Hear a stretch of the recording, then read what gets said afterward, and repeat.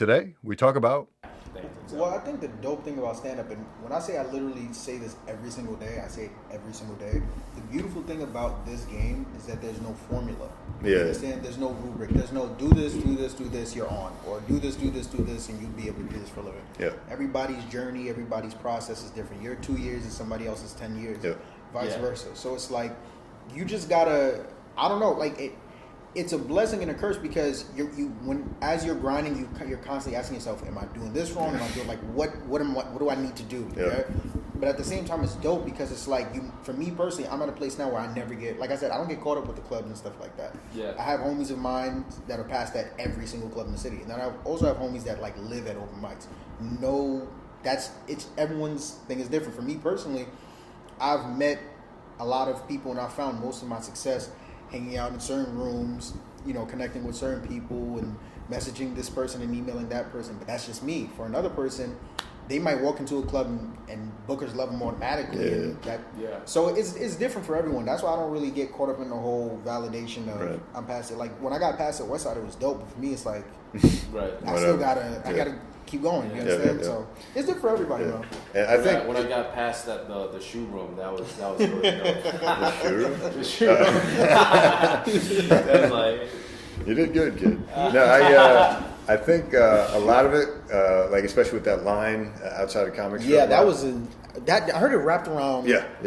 And what I'm noticing too, the more comics I meet and the more acts I see, is like there's just so many people doing the same act. Mm-hmm. Like there's very few people that are like recognizable. Even with the past comics, like even when I go to the Comedy Cellar to watch a show, I'll walk off or I'll go home and I'll be like, wow, I had a great time, I laughed, but I can't remember a single joke or I can't like associate a single joke with a certain person. It's just like all this generic stuff that just happened to click right. Right. So to me, the magic comes from being able to brand yourself in a very specific way. So like I feel I'm lucky in that aspect. Is like how many other people are out there doing doctor jokes. Right. Like I feel like I'm blessed at least to have that. Right. And also this look is pretty recognizable. Yep. I noticed from There you people go. like, hey, didn't I see that? Yep. I was like, yep, Yeah, that was me. That's good. But yeah, that's what I noticed about the comic strip. I'm like, yeah, clearly a bunch of these people are not going to get past because they're probably going to be hearing the audition folks are probably going to be hearing the same act jokes, over and over and over and over. Yep. There's only so many dick jokes, Yep. dating jokes, Vegan marriage this, jokes, living in New York, food jokes. No, you're in New right. York. Like there's only so many. Unless you're really good at that,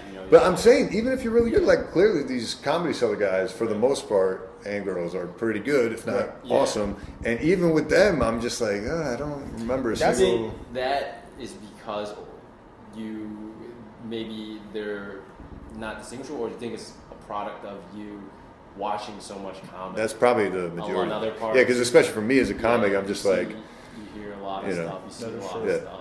I think, but Blends together. in terms of diverse material, like you got to remember, like comedy is a byproduct of you, Yeah, right? yeah. Your life and stuff like that. So, like for you, for example, the minute I found out about all this, I'm like, oh my goodness, his jokes must be out of here because your life is unique enough to where you can pull different things. You fly in Iowa, you're a doctor here, and you understand. Versus like the average middle class. Like for me, when I first started doing stand up, it was so hard because one, I'm young, so I've never really been through anything, and two, I never really had anything.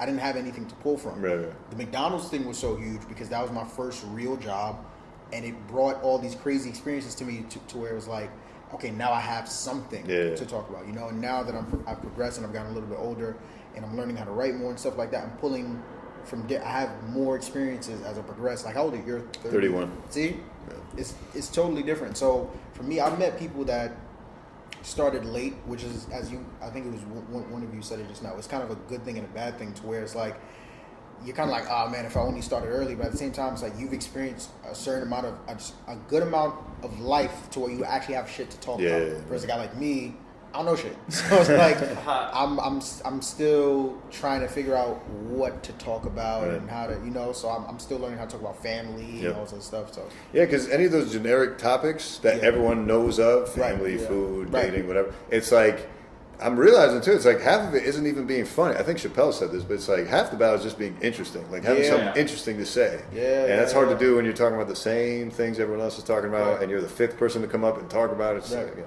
it's tough, man. It's really tough. So I am thankful for that aspect, but Wish I didn't have to do a decade of school to get there. That'd have been nice, but That's different. But yeah, man, yeah. Because literally the same time frame as you. Because I started med school in 2008, and you started stand-up around 2009, right? So yeah, 2010 ish, right? 2011 actually. Oh, okay. Right. Yeah, just before I turned 21. What made you want to do comedy in the first place? Because like, were you in med school like I still want to be a comedian, or was this a little bit later on? Well, I started writing jokes in the middle of med school. Like I was coming up on my first ever board exam, like the most important board exam to that point in anyone's medical career. Like that one pretty much dictates what kind of field you can or cannot get into, and what kinds of places you can get into, Harvard versus not, or whatever. So it's kind of a big deal. Everyone hypes it up as like, yo, this is the make or break right here. And I'm like losing my brain. I'm like, man, do I even want to finish this goddamn school? I was having a miserable time in school. That's a whole nother thing. And I was the first person in my family to go to med school. So like, I didn't have any perspective. So I'm just sitting through all these classes, taking all these tests. And I'm just like, well, you know, I'm not connecting the dots until after when I start seeing real patients. I'm like, oh shit. You know? Right. And so I started breaking down. I'm like, man, I should think about a career change. So I thought about all different types of career options, and I just started consuming any and all stand-up comedy. So I was watching comedy documentaries, any and all stand-ups I could find on YouTube, Netflix, whatever.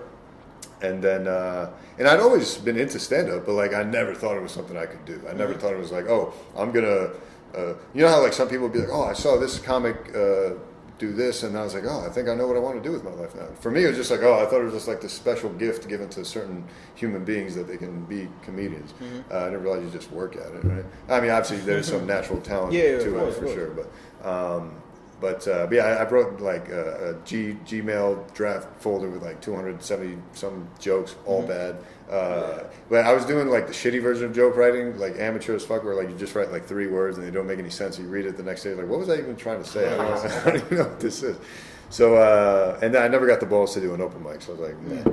And then, fast forward, I realized, nah, man, there's nothing else I'm really good at here. I'm just going to stick with this medical thing. Thank God. Kind of worked out. But no, my job is also dope, so I'm very appreciative for that. But my final board exam was actually this past October. Okay. So once I got that done, the first ever comedy club I'd ever stepped foot in was in Iowa. Okay. And it just happened to be right around the corner from my hotel. So what's it called? Penguins Comedy Club. Yeah. Dope. Okay. Really dope spot. Everyone there was super supportive. They were encouraging, like, yo, you should really, you know, if you want to do this, you should give it a shot. And so I finished my board exam in October, and then November I was like, after that test during October into November, I was like, let me sit down, come up with some 5 minutes, and then never look back. And that was it. Since November. Here we are 6 months later. So I never would have pictured where I'm at now in retrospect, because like I've grown, like I said, like way quicker than I ever thought I could. Right. So I'm excited to see what happens in a decade for me. You know, it's gonna be dope, interesting. Bro. It's gonna be really dope. Yeah. But it's also been cool just to, like you said, just homies that you're chilling with, or people that are booked on other shows that you're hanging out with, or people that, you know, you enjoy their act, or they're nice people, they're humble, and they're sticking around and all that. Like, that's been almost as much fun, if not more fun, than anything else. Just like meeting other comics, because outside of that, like, who am I going to hang out with? Other doctors? Just dry, boring, you know, square people, you know? This is really fun. Yeah. What we do. And, you know, I'm very thankful every day that I'm okay at it. And that, you know, I have that drive to do it. Right. Do you know what I mean? Yeah. Because so many times you meet people, and especially in New York, like, oh, I work this job.